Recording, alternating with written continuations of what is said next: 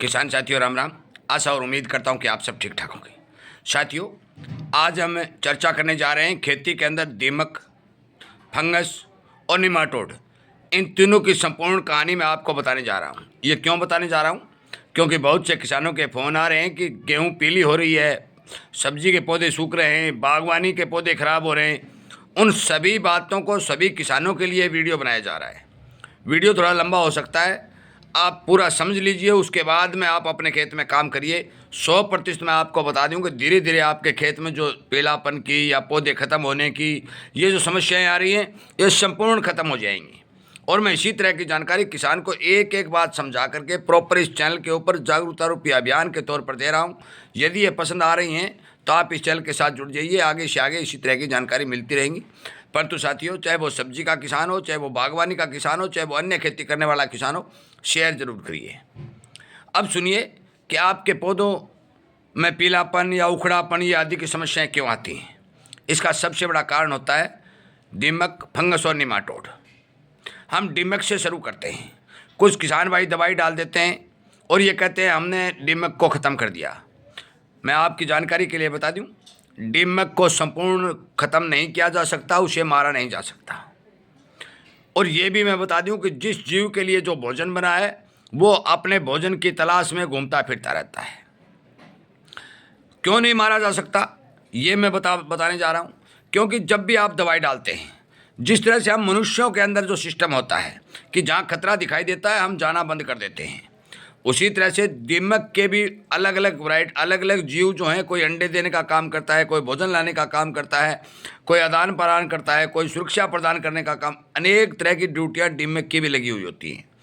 जो ही हमें दवाई डालते हैं, होता क्या है कि वो ऊपर से जो घूम रही दीमक है वो नीचे जाकर संदेश दे देती है कि भी खतरा है, तो दीमक ऊपर से आना बंद कर देती है और हमारे पौधे सुरक्षित हो जाते हैं। परंतु जो ही उस दवाई का प्रभाव खत्म होता है, दीमक दोबारा ऊपर आती है और फिर वो काम करना अपना शुरू कर देती है।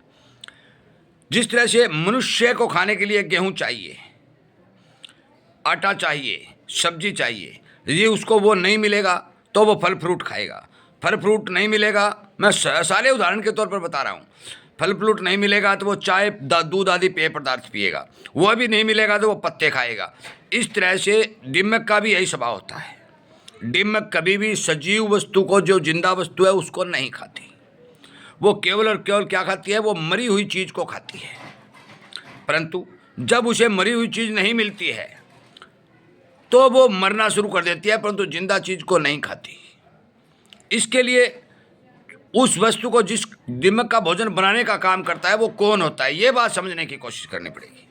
साथियों, जो ही हम अपनी फसल बोते हैं, ज़मीन के अंदर अनेक प्रकार के निमाटोड पड़े होते हैं। शुरुआत के अंदर हमारी फसलों की जड़ों के ऊपर निमाटोड लग जाते हैं। जब निमाटोड जड़ को कमज़ोर कर देते हैं तो उसके बाद में क्या होता है कि भी फंगस उसको खाना शुरू कर देती है। क्योंकि फंगस भी कमज़ोर फसल के ऊपर, कमज़ोर जड़ के ऊपर अटैक करती है। वो ये इस तलाश में रहती है कि जहाँ कमज़ोरी मिलेगी वहाँ हम अपना भोजन तैयार करेंगे। निमाटोड जो एक सबसे बड़ी भयंकर बीमारी है, ये जिंदा वस्तु को खाती है और उसको मारने का काम करती है। सबसे बीमारी की जड़ जो है फंगस और दीमक नहीं है, सबसे बीमारी की जड़ है निमाटोड। और निमाटोड अच्छे भी होते हैं और नुकसानदायक भी होते हैं। फंगस अच्छी भी होती है, नुकसानदायक भी होती है। परंतु दीमक जो है ये एक किस्म का किसान का मित्र है, ये अच्छा काम करने का काम करती है। कैसे करती है वो भी मैं बताऊंगा। साथियों, शुरुआत के अंदर निमाटोड जो है फसल के जड़ों को कमज़ोर कर देता है, जड़ें भोजन बनाना कम कर देती हैं। जो ही जड़ें कमज़ोर होती दिखाई देती है, फंगस अपना अटैक कर देती है और फंगस के अटैक करते ही जड़ें डैमेज यानी मर जाती हैं। और जो ही जड़ें मरती हैं, दीमक अपना अटैक कर देती है, क्योंकि उसको भोजन अपना मिल जाता है। ये प्रक्रिया होती है पौधे की जड़ के साथ। हमने बहुत सालों से खेती की है। खेती करते करते हमने पौधे के ऊपर के रोगों की ओर ध्यान दिया, परंतु जड़ों की रोग बीमारी के लिए कोई इलाज नहीं किया, जिसके कारण निमाटोड, हानिकारक निमाटोड की संख्या ज़मीन में बढ़ती गई। और हानिकारक निमाटोड की संख्या बढ़ी तो हुआ क्या, जड़ें डैमेज हुई। और जड़ें डैमेज हुई तो फिर क्या हुआ, उनको फंगस नेट का अटैक हुआ। और फंगस का अटैक हुआ तो वो दीमक को भोजन के रूप में मिल गई। तो सीधी सीधी बात है कि ये तीनों ही जीव अपने भोजन की तलाश के लिए घूमते फिरते रहते हैं। अब समझिए इनका भोजन हम कैसे दे सकते हैं। मार नहीं सकते, कंट्रोल कर सकते हैं, और कंट्रोल करने के लिए अनेकों दवाएं बाजार में मिल रही हैं, मैं वो भी जानकारी दूंगा। हम भोजन देने के लिए क्या प्रबंध करें साथियों। नीमाटोड हमारे खेतों के अंदर जो घास उगता है उनकी जड़ों में पिलमा रहता है। सबसे पहले नीमाटोड को खरपतवार मतलब घास की जड़ों की जरूरत होती है। जब घास की जड़ें उन्हें नहीं मिलती तो हम जो फसल बोते हैं उस फसल के पौधों पर जड़ पर अटैक करता है। और आजकल ये प्रथा चल चुकी है कि आप पेंडा घेर दो, कुछ भी घेर दो, अभी एक भी पत्ता घास का नहीं होना चाहिए। यदि संपूर्ण खेत घास रहित हो जाएगा तो नीमाटोड की मात्रा बढ़ेगी। नंबर 1, नीमाटोड की मात्रा बढ़ेगी तो जब डैमेज होगी उसको फंगस का अटैक होगा, और फंगस का अटैक होगा तो फिर दीमक का भी अटैक होगा। साथियों, ये कुछ न कुछ अपने खेत के अंदर गली सड़ी कचरा, जिसे हम कार्बन बोलते हैं, ह्यूमस बोलते हैं, जो लगातार ज़मीन में मिलाना चाहिए। हम यदि उस चीज़ का इस्तेमाल करेंगे, हमारी ज़मीन में कचरा मिलाते रहेंगे, तो दीमक को अपना भोजन चाहिए मिलता रहेगा, फंगस को भी मिलता रहेगा, और थोड़ा बहुत यदि घास उगने देंगे तो फिर मान के चलो नीमाटोड को भी मिलता रहेगा। आपने अक्सर देखा होगा कि गली सड़ी या सूखी लकड़ियों के ऊपर जहाँ भी नमी लगी हुई है वहाँ दीमक अटैक कर देती है, परंतु जब तक हरी रहती है, लकड़ी में जान रहती है, तब तक दीमक क्रॉस हाथ नहीं लगाती। ये सबसे बड़ी जानकारी आपको दे रहा हूँ। इसीलिए तो कहता हूँ भी आप इस तरह की जानकारियाँ आप रखोगे तो आपका नुकसान बहुत कम होगा, पैसे बचेंगे। इसलिए सबसे पहले हमें कंट्रोल करना है नीमाटोड को, उसके बाद में फंगस को, और फिर बाद में दीमक को। एकदम से इन तीनों चीज़ों का हम इलाज नहीं कर सकते। एकदम से हमारे खेतों के अंदर ऐसा कोई दवाई नहीं है कि हम इन तीनों चीज़ों को समाप्त कर दें। हाँ, कंट्रोल करके फसल बचा सकते हैं। आप इनका कंट्रोल करते रहें, परंतु साथ साथ इनके भोजन की व्यवस्था करते रहें। यदि आप इनके भोजन की व्यवस्था कर देंगे तो 100% मैं बता देना चाहता हूँ कि ना तो नीमाटोड नुकसान करेगा, ना आपकी फंगस नुकसान करेगी, और ना ही आपकी दीमक नुकसान करेगी, क्योंकि तीनों ही चीज़ों के लिए आपने भोजन की व्यवस्था कर दी है। वो भोजन के लिए इधर उधर नहीं घूमेंगे और आपके पौधों के साथ कोई छेड़खानी वो नहीं करेंगे। सबसे बड़ी समस्या आती है उसके भोजन का प्रबंध करना। आप धीरे धीरे उनका भोजन का प्रबंध करते रहिए, साथ में दवाई डाल करके धीरे धीरे कंट्रोल करता रहिए। आगे ज्यों ज्यों आप भोजन की पूर्ति कर देंगे उसके बाद में आपको दवाई डालने की जरूरत नहीं पड़ेगी। भोजन के बारे में मैंने ये बता दिया कि आप ज़मीन में ज़्यादा से ज़्यादा कचरा पैदा कीजिए, ज़्यादा से ज़्यादा कचरा पैदा कीजिए। हरी घास, हरा जो पौधा हम काट देते हैं, जिस तरह बथुआ काट दिया, गोभी काट दी, घास काट दिया, उसको भी काटने का प्रयास करिए। स्प्रे से जलाना सबसे बड़ा नीमाटोड के घर को जन्म देना है। यह बात आप नोट कर लें। अब मौके के ऊपर इनको कंट्रोल करने के लिए हमें क्या करना चाहिए? सबसे सुंदर और सस्ता इलाज तो हमारे यहाँ 3 प्रकार की खड़ी आती हैं। पहली खड़ी आती है सरसों की खड़ी, दूसरी आती है अरंडी की खड़ी, और तीसरी आती है नीम की खड़ी।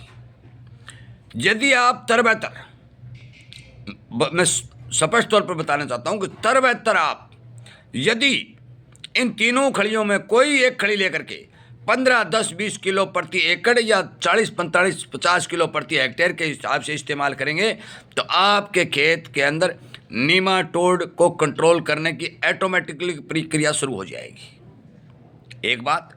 दूसरी बात, आप नीमाटोड और फंगस को खाने के वाले जीव खेत में पैदा करिए। वो कैसे होंगे वो भी मैं बताने जा रहा हूँ, थोड़ा सा लंबा है, ध्यान से सुनिए।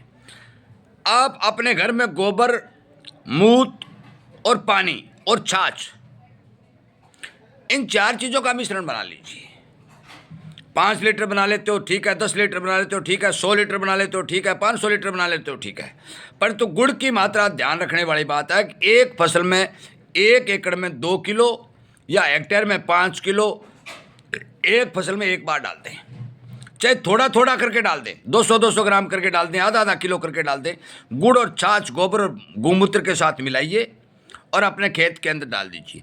इससे होगा क्या? जो भी गुड़, छाछ और गोबर और मूत्र का घोल होगा उसमें जो बैक्टीरिया पैदा होंगे, क्योंकि गुड़ में तो मल्टीप्लाई होने का मौका मिलेगा, उनकी भोजन है तो वो ज़्यादा से ज़्यादा संख्या में बढ़ेंगे। गोबर में बहुत भारी मात्रा में बैक्टीरिया होते हैं, गोमूत्र में बहुत भारी मात्रा में बैक्टीरिया होते हैं, और छाछ में भी असंख्य बैक्टीरिया होते हैं। वो करते क्या हैं, वो नीमाटोड को खाते हैं। अपनी ज़मीन के अंदर जो भी पोषक तत्व पड़े हैं उन पोषक तत्वों को रिलीज करके पौधों को उपलब्ध कराते हैं, क्योंकि हजारों प्रकार के बैक्टीरिया होते हैं, उनके अलग अलग काम हैं। जिस तरह से ट्राइकोडर्मा है, सुडोमोनास है, ये फंगस को खाने वाले बैक्टीरिया हैं।